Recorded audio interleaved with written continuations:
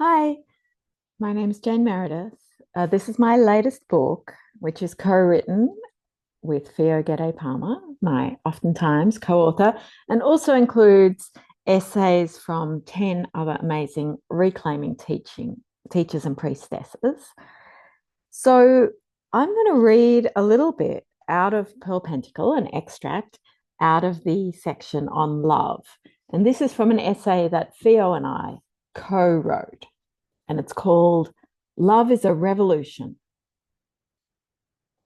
Love is at the top of the Pearl Pentacle, the first point in our journey of connection in this cosmos.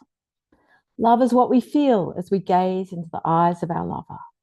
Love that fizzes through us as we listen to a beloved child's laugh. Love that roots us into being when we stand on land that is sacred to us. Love when we visit again with someone who matters to us. When we pour our hearts and souls into a painting, poem, or dance. As we immerse ourselves in the ocean, feel the deep layers of forest surrounding us, smell the incense of the temples, or gaze upon a statue, altar, or icon that represent an aspect of the divine we worship. As we sit by the grave of someone we've loved. As we prepare food for friends or family. As we release a friend, lover, or child to their own journey. As we meet with beloved community for a party, ritual, or gathering. As we gaze into a mirror and see our lives unfolding reflected back to us. Love, love, love. But what actually is this thing that we call love? What is it that we are yearning for, seeking, offering, that we name love? We all hope for love, try to live up to it, and notice its levels of absence and presence at different stages throughout our lives, even throughout our days or weeks. Love is sometimes viewed as soft, fluffy emotion or an escapist, romantic ideal, but in the Pearl Pentacle, we think of love as fierce, even when it is also gentle, and demanding in its requirements of presence, willingness, and compassion. Love is a call to deep integrity, to bringing the best of ourselves and asking the best of others. Love is recognized by this fullness of heart.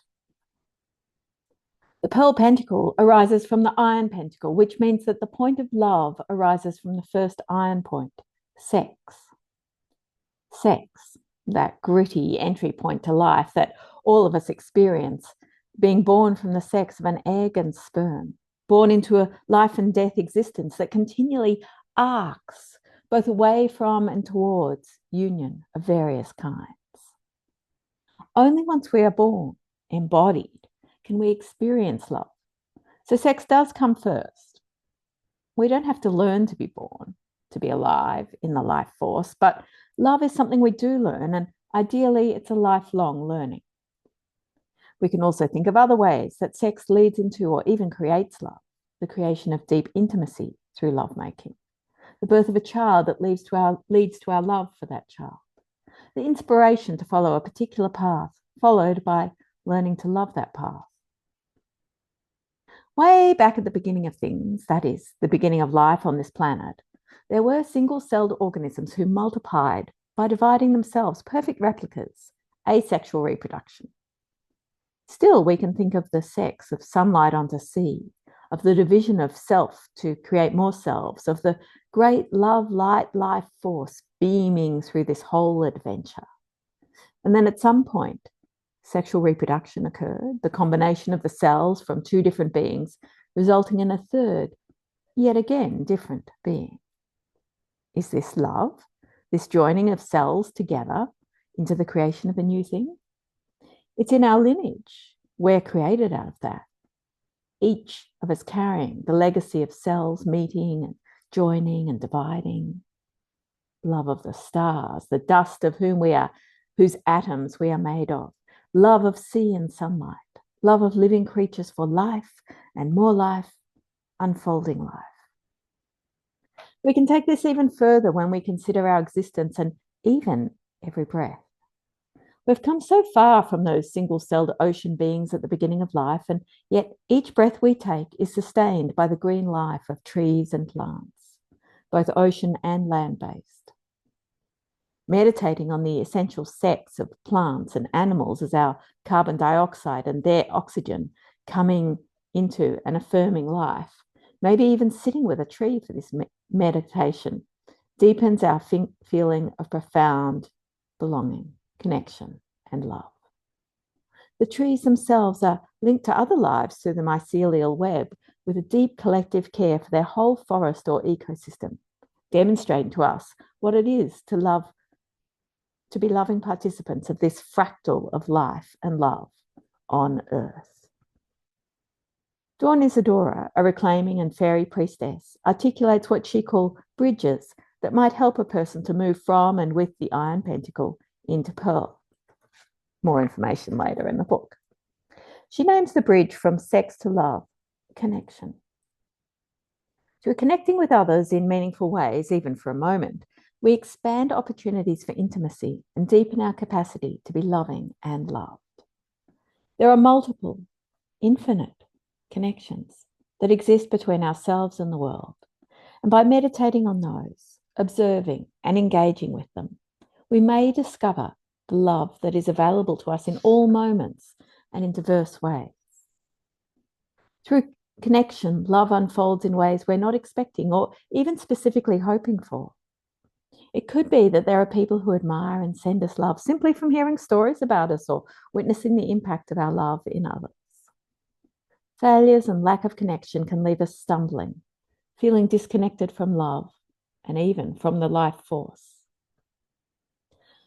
When we look at human circumstances across the globe, it's immediately obvious that resources are unevenly distributed, that systems of power, oppression, profit, and war operate to divide, stratify, and privilege different countries, ethnicities, and classes, as well as genders, ages, colours, and religions. It's hard to see that anything is equally shared. Even the most basic requirements of air and water come in different qualities according to privilege, let alone other essentials of food, shelter, and safety. But love, what of love? Across all human societies, some things are held in common. Moonlight falls everywhere. Seeds grow into plants. Flowers bloom. Fruit falls to the ground and rots. Humans have babies everywhere. We've all been children, even in vastly differing circumstances. There are parents, elders, teachers, wise women, diviners of mystery. We fall in love. We worship gods, nature, mystery. We gaze at the stars and wonder. We tell stories. We look after our beloveds. The sex, pride, self-power, passion of the Iron Pentacle are thought of as essential human experiences lived in a variety of ways across place and time. Perhaps the love, law, wisdom, liberty, knowledge of the Pearl Pentacle are essential threads of human society, manifest and understood in many ways. I'm just going to skip a little bit. But what actually is love? We might be asking this question all our lives, learning as life offers us different experiences from those of childhood and adolescence through to adulthood, and if we're lucky, eldership and old age. Along the way, our answers may change as we experience ecstatic union, devastating loss, betrayal, and deep self-doubt. Love is fierce in its lessons, and we continue to learn through deep realizations, healing work, and disillusionment. There are many different feelings of love we experience. Love for our children, our work, our beloveds, our traditions, communities, and the divine, for nature and the planet, and our reverence for life itself. In languages such as Greek, Irish, and Sanskrit, these loves each have different words describing them. Are all those different loves just variants on love? Let's assume that our answers to these questions will continue changing and developing throughout our lives. And this exploration may be a great curiosity and inspiration for living a considered and satisfying life. But meanwhile, we can find some touchstones, some words or qualities that lean into explaining and divining love. Love requires presence. When we turn up and pay attention to another being. Love requires willingness. Love may even demand these things.